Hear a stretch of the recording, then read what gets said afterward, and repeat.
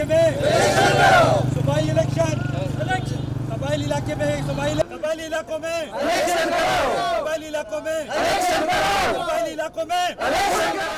हमारा ये मुतालबा है कि अगर एक साल इंतज़ार करते हैं मई 2019 तक, तो ये इलेक्शन अब होना चाहिए। उसमें वजह यह है कि अभी गैर जानिबदार हुकूमत है, निगरान हुकूमत।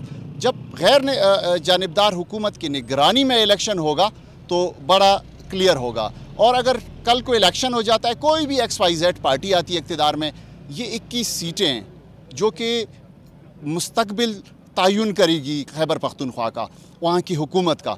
तो जो हुकूमत आएगी वो तो अपना असर रसूख इस्तेमाल करेगी, फिर जो ये आम कबाइल है इनको तो कोई फ़ायदा उसका नहीं आएगा। तो हमारा ये मुतालबा है कि ये इलेक्शन सूबाई असम्बली जो कि खैबर पख्तूनख्वा का इलेक्शन हो, उसके साथ इस इलेक्शन को मिल के एक ही दिन पे होना चाहिए, चाहे वो 25 जुलाई को हो। कबाइल पार्टी जिंदाबाद, कबाइल पार्टी जिंदाबाद।